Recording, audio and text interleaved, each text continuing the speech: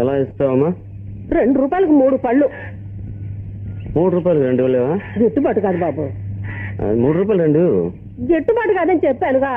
కడుపు బాబు 2 రూపాయలకు 3 పళ్ళు చెప్పాను. నువ్వు 3 రూపాయలకు 2 పళ్ళు అడుగుతున్నావే, నీకే కదా నష్టం. అలాగే అడిగాను. ఇలా చూడవా, నాకు మోసపోవడం అలవాటు. కొన్నాళ్ళుగా నేను మోసపోలేదు, అందుకే నేను చూడగానే మోసపోవాలనిపించింది. అవును, నన్ను మోసం చేసి కదా. మోసం చేసి సంపాదించే డబ్బు వంట పట్టదు. నీ బోటి వ్యక్తులు ఇంకా ఈ లోకంలో ఉన్నారు కనుక నీ లోకం ఇంకా ఇలా ఉంది. ఖచ్చితంగా చెప్తున్నాను, 3 రూపాయలకు 2 పళ్ళు ఇస్తే ఇవ్వు, లేకుంటే నాకు వద్దు. నేను ఖచ్చితంగా చెప్తున్నా, 2 రూపాయలకు 3 పళ్ళు. ఏం బాబు ఏడుస్తున్నా?